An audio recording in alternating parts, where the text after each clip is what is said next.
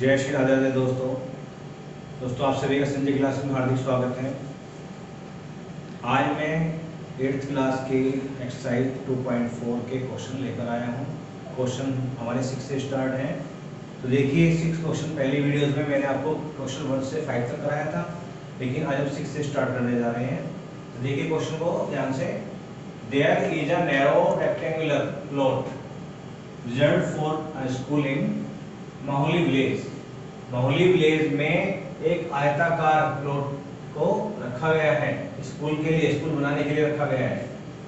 The length and breadth of the plot are in the ratio 11:4 और plot की जो length और breadth है उसका जो रेशियो 11:4 है। At the rate of ₹100 per metre in will cost the village panchayat at ₹75,000 to fence plot.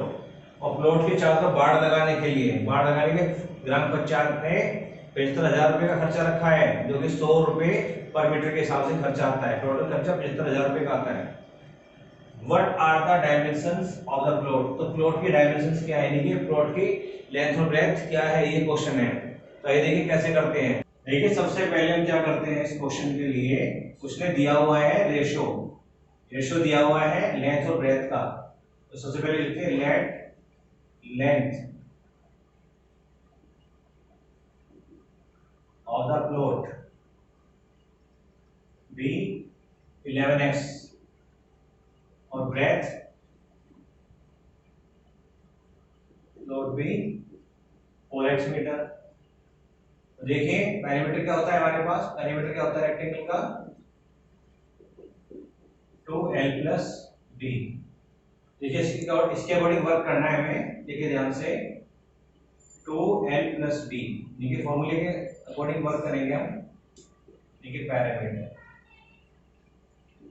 देखिए पहले पैरामीटर फाइंड करना। देखिए क्या करना है, तो 2 l देखिए 11x + 4x, टोटल खर्च कितना है 75।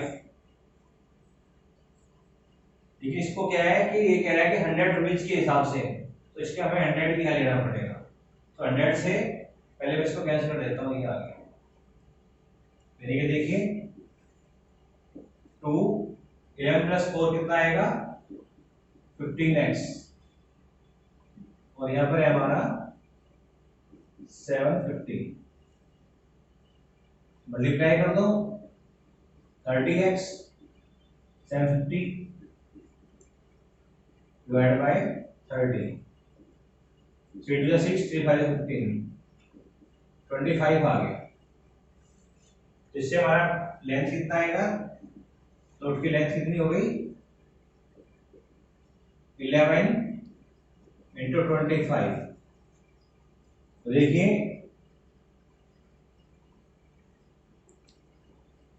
मल्टीप्लाई कर देंगे 275 आ गया। 275 मीटर आ गई इसकी लेंथ, और ब्रेथ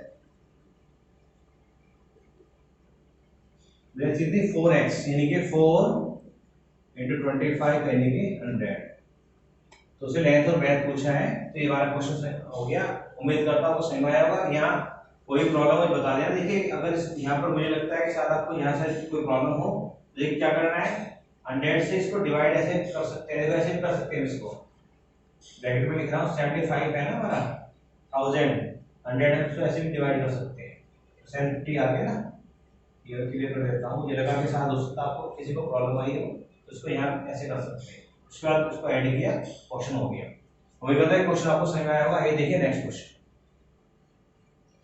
आइए देखिए नेक्स्ट क्वेश्चन इसका, क्वेश्चन नंबर 7। ध्यान से देखना है, थोड़ा क्वेश्चन थोड़ा अजीब है, इसको ध्यान से देखना है आपको। Hasan buys 2 kinds of cloth material for school uniform. Shirt material that cost him ₹50 per meter and trouser material that costs him ₹90 per meter. इसकी हिंदी हुई कि हसन स्कूल की वर्दी के लिए 2 प्रकार का कपड़ा खरीदता है।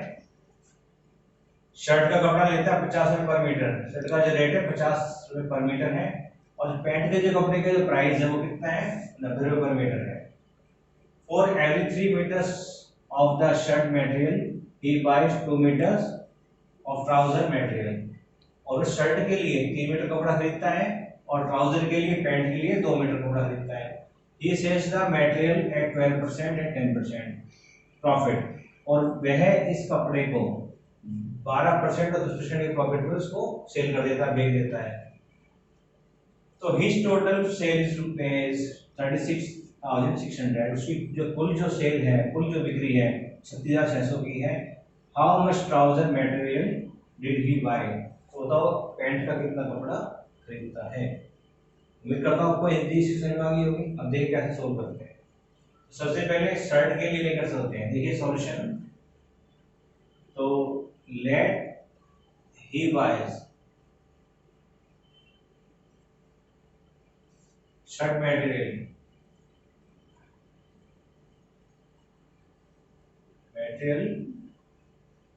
Of cloth. बी, शर्ट का जो कपड़ा कितना लेता है वो 3 मीटर लेता है, तो 3x मीटर कर देते हैं, 3x मीटर कर देते हैं, ठीक है। और ट्राउजर के लिए, ट्राउजर मटेरियल कितना लेता है वो 2 मीटर, ये 2x कर देते हैं इसको, ओके। आइए देखिए क्या करते हैं इसको। अब वो कह रहा है कि शर्ट के लिए लेकर चलता है, इसके लिए 50 मीटर, 50 पर मीटर लेता है रुपए का। देखो ये 4 शर्ट के लेके चलते हैं, तो उसने जो कॉस्ट कितना लिया देखिए ध्यान से, तो 3x इंटू 50, 150 रुपीज का हो गया, ठीक है। अब प्रॉफिट कितना उसका, प्रॉफिट कितना शर्ट पे 12% है प्रॉफिट, 12% प्रॉफिट है, तो उसका प्रॉफिट निकालेंगे, देखिए ध्यान से प्रॉफिट निकालेंगे। प्रॉफिट का फॉर्मूला है हमारा, देखिए ध्यान से सीपी इनटू प्रॉफिट परसेंट, देखिए ध्यान से देखिए, तो 150 into 12/100, CP into profit percent divide by 100, cancel हो गया इससे। तो 15 को 12 से मल्टीप्लाई कर देते हैं, कितना आएगा देखिए 16 तो बनेगी के 168, सॉरी 180 आ गया, 180 आ गया डिवाइड बाय 18 आ गया, 18x आ गया, ठीक है। अब देखिए कितना सेल कितना हुआ, सेलिंग प्राइस कितना हुआ, कॉस्ट प्राइस प्लस प्रॉफिट यानी कि 150 प्लस 18 168x आ गया, ठीक है। इसी तरह पैंट के लिए चलेंगे, ट्राउजर के लिए 4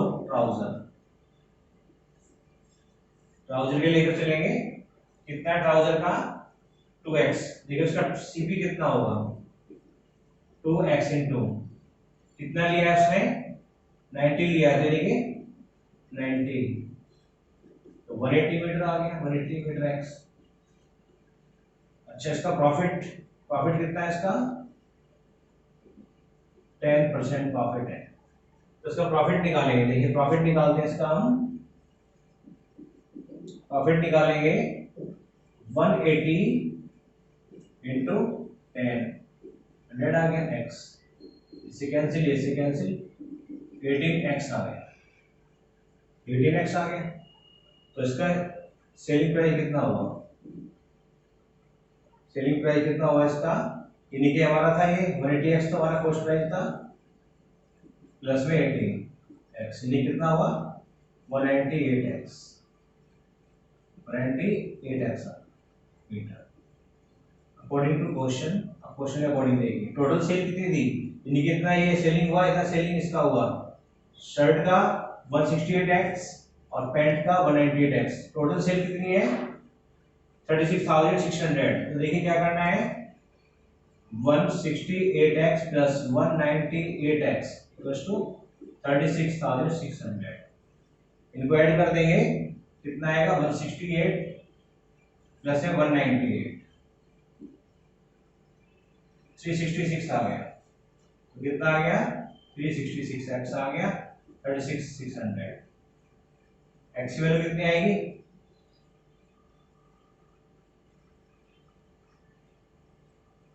66 कैंसिल 100 आ गया, एक्स हमारे पास 100 आ गया।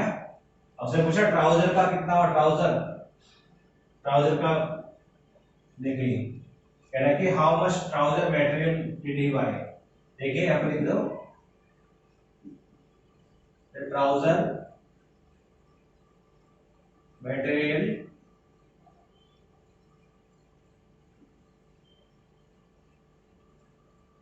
इज 100 को मल्टीप्लाई 2 से कर देंगे, यानी कि 200 मीटर आ गया इसका आंसर।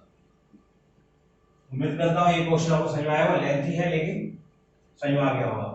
आगे देखिए next question, question number 8, half of a herd of deer are grazing in the field and 3/4 of the remaining are playing nearby।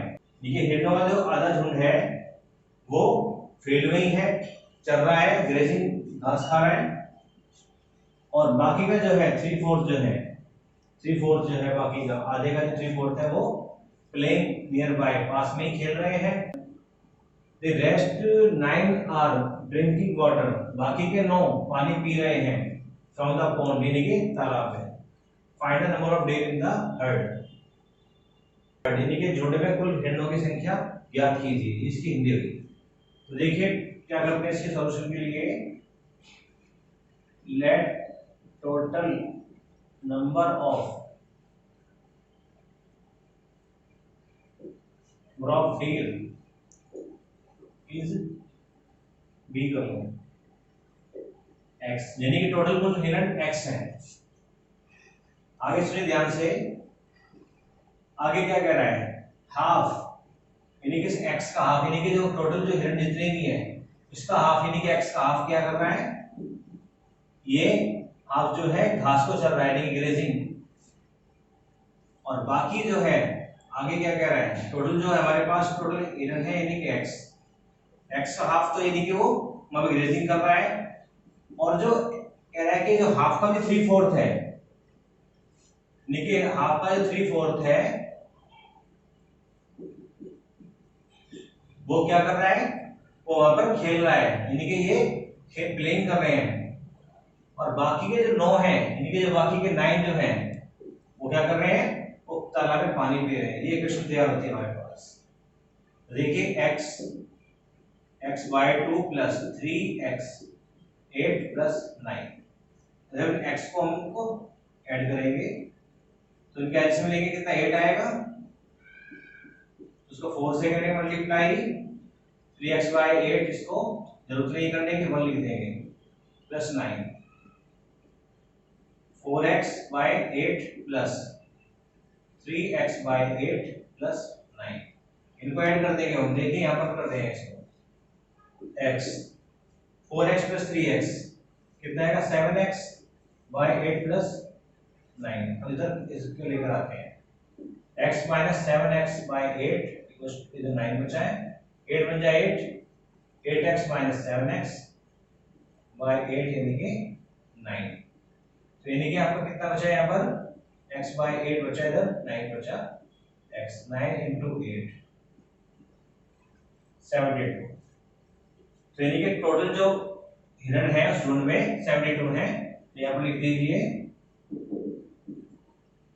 The total number of deer is 72, यानी कुल 72 हिरण है। उम्मीद करता हूं ये क्वेश्चन आपको समझ में आ गया होगा। आइए देखिए इसका नेक्स्ट क्वेश्चन, आइए देखिए next question, question number 9, a grandfather is 10 times older than his granddaughter. एक दादाजी की आयु अपनी पोती से 10 गुना है, 10 गुना है, तो he is also 54 years older than her, और वह उससे 54 साल बड़े हैं। फाइंड देयर प्रेजेंट एजेस, तो उनकी वर्तमान आयु ज्ञात कीजिए। देखिए क्वेश्चन इसमें लिखते हैं हम, let present age of granddaughter,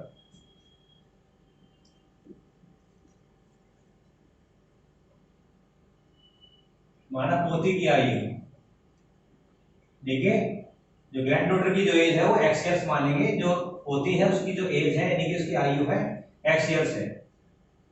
present of grandfather, दादाजी की आयु कितनी है?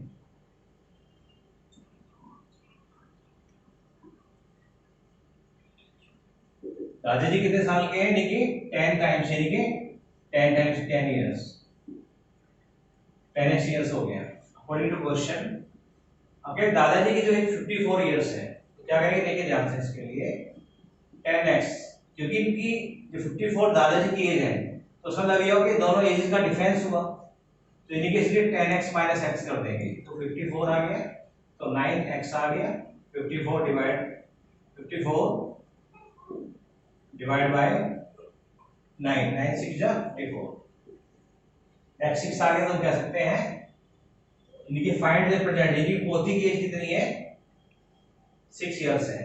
देखो यहाँ लिख देते हैं, यहाँ जगह नहीं है।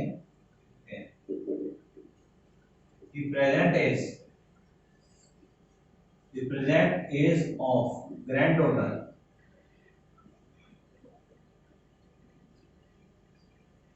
is 6 years, और दादाजी की एज कितनी हो गई? ग्रैंडफादर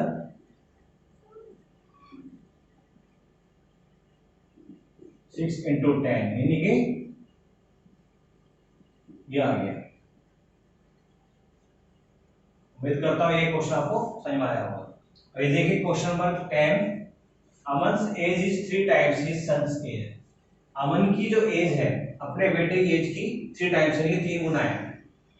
10 years ago, 10 वर्ष पहले, he was 5 times his son's age, और अपने बेटे की आयु का 5 गुना था। फाइंड देयर प्रेजेंट एजेस, तो उनकी दोनों की वर्तमान आयु ज्ञात कीजिए। देखिए लिखते हैं let present age of his son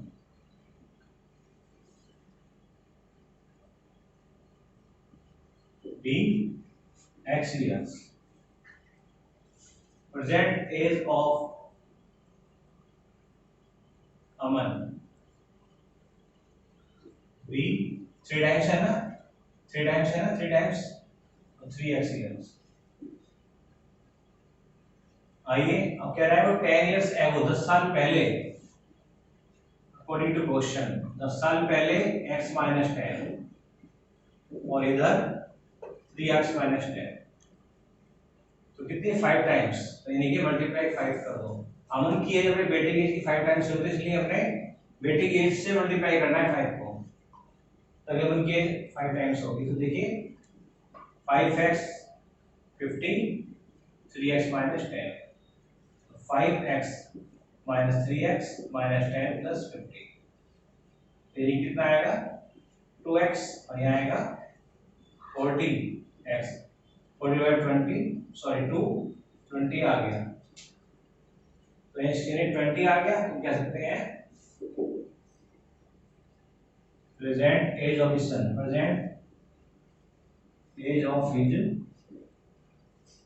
sun, son is कितनी है 20 इयर्स, 20 साल है, उसके बेटे की एज है 20 वर्ष है। प्रेजेंट एज ऑफ अमन की कितनी एज है? 3 टाइम्स है 20 into 3 60 इयर्स, अमन की एज 60 वर्ष है। दोस्तों इसके साथ ही आज ये एक्सरसाइज यहाँ की समाप्त होती है। एक्सरसाइज आपकी कंप्लीट हो गई 2.4, और अगली वीडियो में एक्सरसाइज आएगी 2.6। तो उम्मीद करता हूँ कि जो इस चैनल पर नए हैं वो चैनल को सब्सक्राइब जरूर कीजिए, क्वेश्चंस को लाइक कीजिए, सब्सक्राइब कीजिए चैनल को, और मेरी आपसे उम्मीद है कि आप जरूर मेरे चैनल को बढ़ाएंगे और शेयर कीजिए। साथ ही आज की वीडियो समाप्त होती है। जय श्री राम।